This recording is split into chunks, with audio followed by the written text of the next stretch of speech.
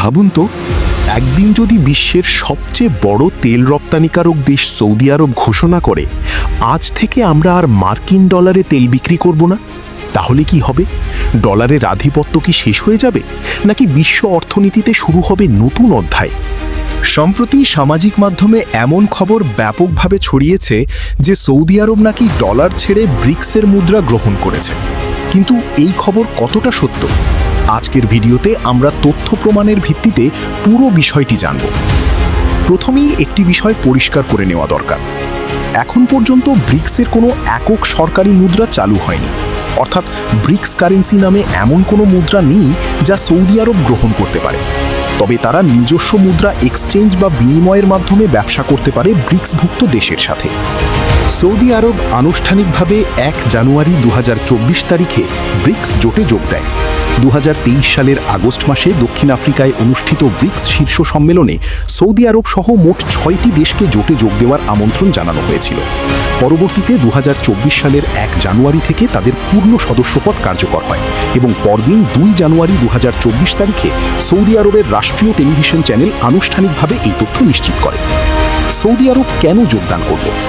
বিশ্লেষকদের মতে সৌদি আরব তার অর্থনীতি বহুমুখীকরণ করতে চায়। তারা ব্রিক্সের বিশাল বাজারের সাথে যুক্ত হয়ে সৌদি আরব তাদের ভিশন 2030 অনুযায়ী তেল নির্ভরতা কমিয়ে নতুন বাণিজ্য ও বিনিয়োগের সুযোগ তৈরি করতে চায়।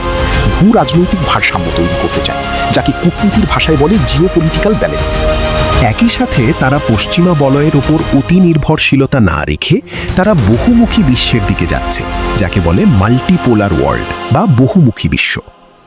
দক্ষিণের গ্লোবাল সাউথের এই উদীয়মান অর্থনৈতিক জোটে যুক্ত হওয়ার মাধ্যমে সৌদি আরব নিজস্ব স্বাধীন বৈদেশিক নীতি চর্চা ও বৈশ্বিক সিদ্ধান্ত গ্রহণে বড় ভূমিকা রাখছে বলে মনে করছেন বিশ্লেষকরা। আঞ্চলিক স্থিতিশীলতা ও কূটনীতিতে ব্রিক্স প্ল্যাটফর্ম ব্যবহার করে সৌদি আরব তার আঞ্চলিক প্রতিদ্বন্দ্বী ইরানের সাথে কূটনৈতিক আলোচনা এগিয়ে নিতে সক্ষম হচ্ছে, যা মধ্যপ্রাচ্যে স্থিতিশীলতা আনয়নে ভূমিকা রাখছে। জ্বালানি নিরাপত্তা ও বৈশ্বিক প্রভাবের ক্ষেত্রে বিশ্বের অন্যতম শীর্ষ তেল উৎপাদক হিসেবে ব্রিক্স দেশগুলোর জ্বালানি চাহিদা পূরণে এবং বৈশ্বিক অর্থনৈতিক ফোরামে সৌদি রিয়ালের মতো মুদ্রার অবস্থান মজবুত করার জন্য দেশটি গুরুত্বপূর্ণ ভূমিকা পালন করছে।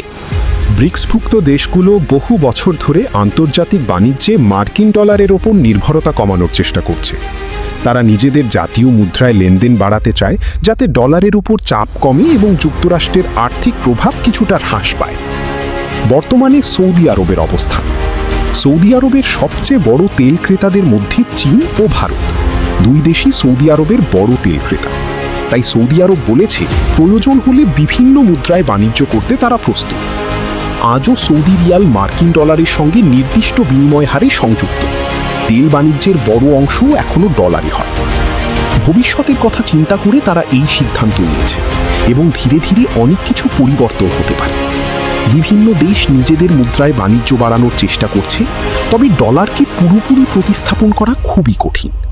কারণ আন্তর্জাতিক বাণিজ্য, বৈদেশিক মুদ্রার রিজার্ভ এবং বিশ্ব অর্থনীতির বড় অংশ এখনও ডলারের ওপর নির্ভরশীল। অর্থাৎ পরিবর্তন একদিনে হবে না, তা হবে ধীরে ধীরে এবং সময় সাপেক্ষে। সৌদি আরব প্রধানত অর্থনৈতিক অনিশ্চয়তার জন্য, ভবিষ্যৎ প্রজন্মের কর্মসংস্থান সৃষ্টি করতে এবং জলবায়ু পরিবর্তনের কারণে বিশ্বব্যাপী তেলের চাহিদা কমে যাওয়ার ঝুঁকি মোকাবেলা করতে তেলের ওপর নির্ভরতা কমাতে চায়। তাদের এই দূরদর্শী পরিকল্পনার মূল কারণগুলো হলো, আন্তর্জাতিক বাজারে তেলের দাম যে কোনো সময় হুট করে কমে গেলে দেশের অর্থনীতি বড় ধরনের ধাক্কা খায়। তারা ভিশন 2020 বাস্তবায়নের লক্ষ্যে সৌদি যুবরাজ মোহাম্মদ বিন সালমানের নেতৃত্বে দেশটি পর্যটন, প্রযুক্তি, বিনোদন এবং নবায়নযোগ্য জ্বালানি খাতের মাধ্যমে আয়ের নতুন পথ তৈরি করতে চায়। এবং জলবায়ু পরিবর্তনের কারণে বিশ্ব এখন ক্ষতিকারক খনিজ তেলের বিকল্প হিসাবে বৈদ্যুতিক গাড়ি এবং সবুজ শক্তির দিকে ঝুঁকছে। ফলে বিশ্ব গ্রিন এনার্জি ট্রানজিশনের পথে হাঁটছে। কারণ তেল পৃথিবীতে সসীম, যা একদিন শেষ হয়ে যাবে।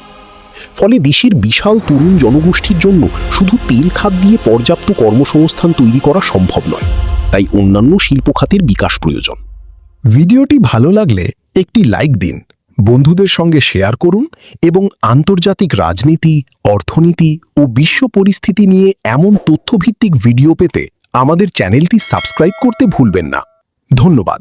দেখা হবে পরবর্তী ভিডিওতে।